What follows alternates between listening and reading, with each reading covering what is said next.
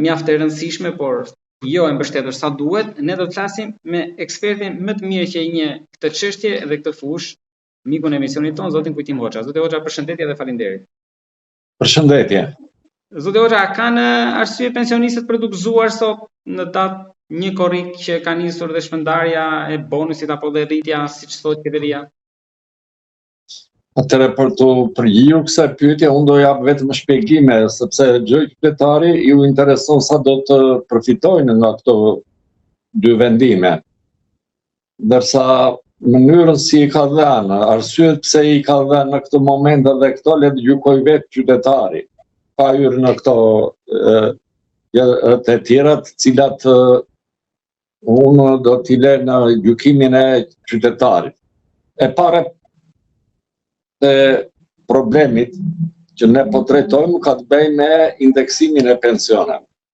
Indeksimi i pensioneve nuk është një vendim qeverie e cila merret si të doj prej saj, por llogaritet mbi bazën e ligjit 7703, e cila ka parashikuar që çdo vit qeveria të bëjë indeksimin e inflacionit, të ndodhur një vit më përpara.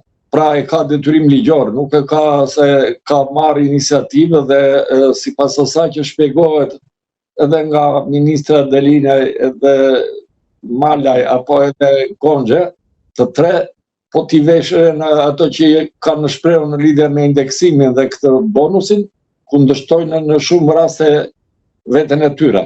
Megjithatë, po themi që indeksimi është 2.7%, nëse do ta marrim të mirëqenë këtë që është futur për të zbatuar sigurimet shoqërore, unë do të them që kjo është një shifër që del nga Istati, po e marrim mirëqenë këtë që është 2.7. Çfarë fitojnë qytetarët nga kjo 2.7%? Kjo është e rëndësishme. Në radhë të parë do të kuptojnë që në Shqipëri ka rreth 755.000 qytetarë që janë në pension, ndërsa si përfitues kjo është pak më gjerë sepse këtu futen edhe ndihmat ekonomike dhe një pjesë të atyre qytetarëve të cilët janë invalidi, ka parë raftësi ndryshe. Ka marrë parasysh që rreth 12.500 të trajtohen nga ky indeksim. Duhet të thënë këtu që në konceptin e indeksimit futen të gjithë llojet e pensioneve, pra pensionet e pleqërisë, pensionet familjare, pensionet e invaliditetit dhe të gjithë pensionet e tjera që janë 74 lloj përfitimesh, ku futen edhe pensionet suplementare. Pra pensionet suplementar për ushtarakët, për punonjësit që kanë kryer funksione kushtetuese, pensionet suplementar të minatorëve, pensionet suplementar të punonjësve që kanë punuar në naftë, në metalurgji dhe në ndërmarrjet ushtarakëve.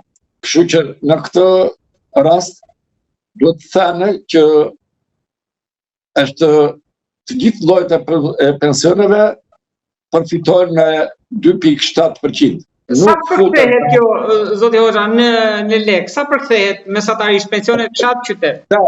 Këtë do të them, 550 qytetarë, 550.000 qytetarë përfitojnë një pension në të rritur krahasimisht më përpara, do marr parasysh këtë të indeksimit, rreth 500 lek mesatarisht, 500 lek. Ose 5.000 lek të vjetra në muaj. Duhet thënë dhe duhet sqaruar që kjo indeksimi bëhet vetëm për pensionin e pleqërisë, nuk është mbi bazën e të ardhurave që qytetarët kanë marrë deri tani, që marrin pensionin e pleqërisë dhe atë tip kombesimi 800 lek, 600 lek, 700 lek ose 18.000 lek. Ajo është jashtë kësaja, jashtë indeksimit, nuk është pjesë e indeksimit. Njëkohësisht, shumë specialistë, po edhe në vëmendjen e tyre, ministrat e qeverisë Rama janë munduar ta shpjegojnë këtë si një rritje të pensionit. Faktikisht ky është indeksim. Nëse do të ishte për te inflacionit, para më shumë se sa inflacioni, ajo pjesë që do të ishte më tepër se inflacioni, ajo pjesë do të quhej rritje. Faktikisht kjo është indeksim që është detyrues. Kjo ka ndodhur her pas here, ka ndodhur. Po si muaj pa vendosur është për këtë, një herë tetor, një herë mars, një herë qershor, domethënë kush e vendos këtë? Kjo vendoset nga qeveria, ajo ka për kompetencë dhe ka ndryshuar në varësi të vitit. Për shumë ka qenë shpeshherë ka qenë një prillim, vazhdovi me një dhjetorin, ka patur vite si që ishte viti 2022 që ka patur 2 indeksime si rezultati i krizës, dhe këtu duhet të treqim vëmendjen që kjo qeveri nuk ka marrë parasysh atë indeksimin që duhet ta merrte shumë herës si rezultat edhe i krizave botërore, të cilat u ndjen në të gjithë vendet e vogla ku jemi edhe ne pjesë që nuk mund të jemi jashtë vëmendjes së saj. Vetë qytetarët e kanë kuptuar dhe ndjejnë që çmimet në treg kanë kërcyer shumë herë më lart se kjo 2.7%. Për këtë do ju pyesja që a është realisht ai inflacioni i tregut ky apo në ndjesinë e qytetarëve, po edhe unë si qytetar i kësaj, po edhe si pensionist, them që ajo inflacioni ka qenë shumë herë më tepër, mund të ketë qenë 6-7. Megjithatë, ato gjunahet e kësaj shifre le të heqin ata që kanë për kompetencë i stati me Institutin e Sigurimeve Shoqërore për të nxjerrë këtë shifër.